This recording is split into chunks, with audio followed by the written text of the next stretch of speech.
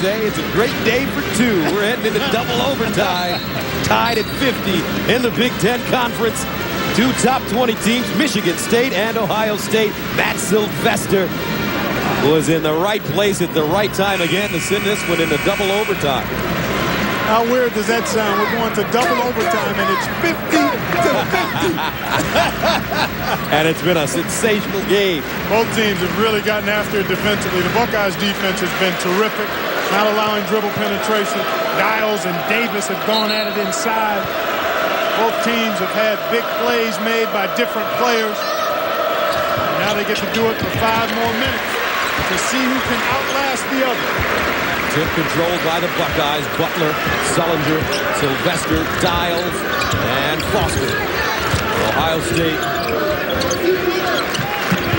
First one to a 4-point lead might win it, Gus. Dial. Rather Sullinger. Weaving inside. Rejected by Davis. Paul Davis has been terrific.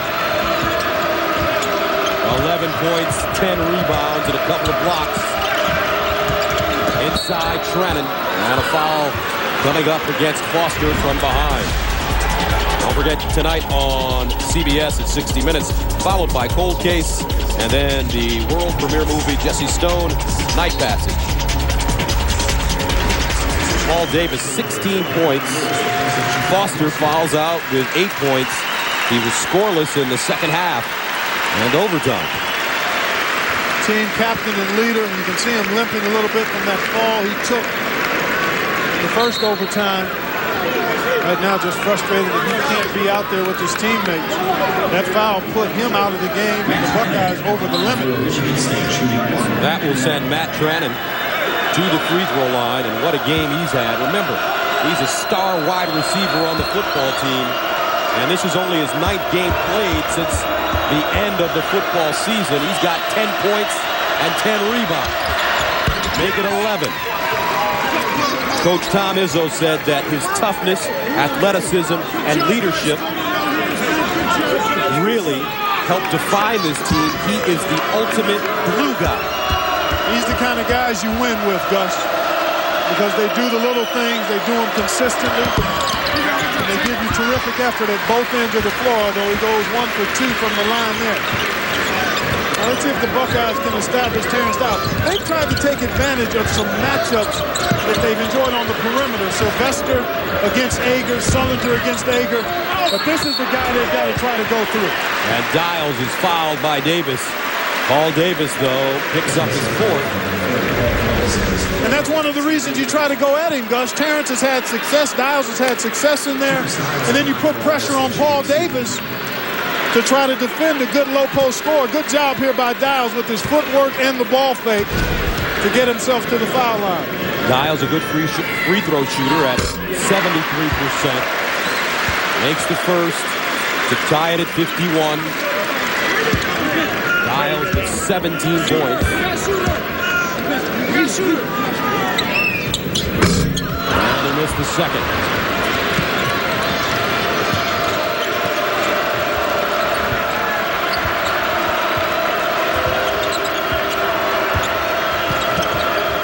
Ager. He's due to make a shot at some point. Only 2 points from Mo Ager. Second leading scorer in the Big Ten Conference at 21 a game.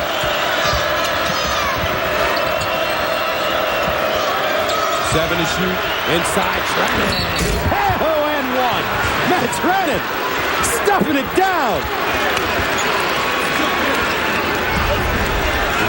Ager finally tries to beat a guy off the dribble, and in doing so, creates an opportunity for Trennan. But there was a breakdown defensively there. I mean, there was not a white shirt within 8 feet of him. Boy, total miscommunication there. 2 guys on Paul Davis in the corner. And Matt Trennan has a chance to push the lead to 3. Adds the free throw. Matt Trennan with 14 points now.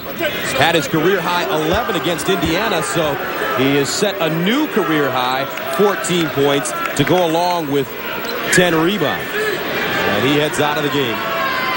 Here's a man that during the season had 40 catches for 573 yards, 4 touchdowns on the football team. There have been some great tight ends that have left college as basketball players and done pretty good jobs playing in other leagues professionally. Antonio Gates and Tony Gonzalez to name a couple. That's right. Gates played at Kent State, Gonzalez at California. Michigan State coming into the game still trying to find a consistent power forward. And they may have found one in Matt Trannon, although they like Marquise Gray as well. Trannon has been very productive. Dials gets his own rebound and lays it in. Well, Davis with the 4 fouls blocked the initial shot, but couldn't risk it on the second try. Let's see if the Spartans will allow Davis to go at Dials now. They haven't let the big fella touch it on the last few trips down the floor.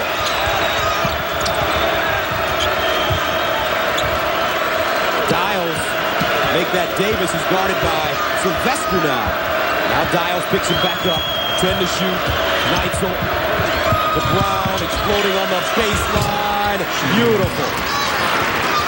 Brown with 20. The Spartans take a 3-point lead. 2:40 to go in double overtime. I think you've got to come back and try to get it to Dials. Davis has the 4 fouls. Trying to run a high screen roll. Now there's the post up. For 3, Lewis. Salinger with the offensive rebound. Well, when you play 4 around 1, those guys on the edges have running starts to the offensive board if the shot is missed. A lot of room in that lane. Butler turns the corner. And he missed it at point-blank range. As we close in on 2 minutes in double overtime. This game was tied at 46 at the end of regulation, 50 at the end of the first overtime. And it's been an epic defensive battle for both teams. It really has been, Gus. Both of these teams have made it tough for their opponent to get good looks. That's why you've got to be able to make plays in tough situations. Akers spinning. Davis power dribble, loses it. Sylvester picks it up and quickly shovels it to a teammate. Well, Paul Davis comes out of there limping. Salinger, Butler, Sylvester, Lewis, Dials. Sylvester for 3. Yeah! Mr. Big Shot again! Ties it at 56! When the game's on the line, find the kid from Cincinnati. And this place is a rocket. A minute to go in double OT.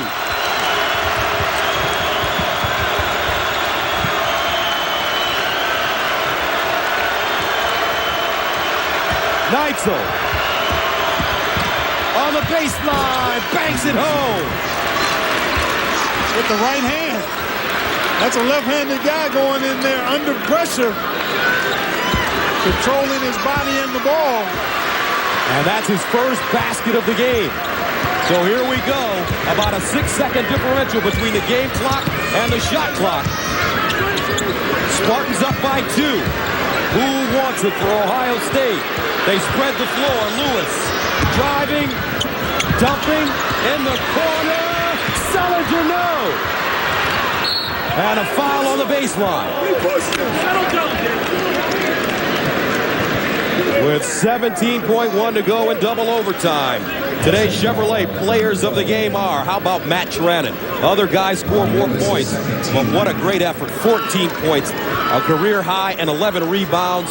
Dials 19 and 10 boards. In recognition of their determination and outstanding play, Chevrolet will make a $1,000 contribution to each school's General Scholarship Fund, Chevy and American Revolution. So what do you do here now if you're the Buckeyes? Well, Michigan State has free throws here. It's 1-1. So depending on what happens, if you're down 3 or if you're down 2, you don't have to shoot the 3. Neitzel is a 90% free thrower. He's made 20 of his 22 tries this year. No problem on the first one. So if it's a 4-point deficit,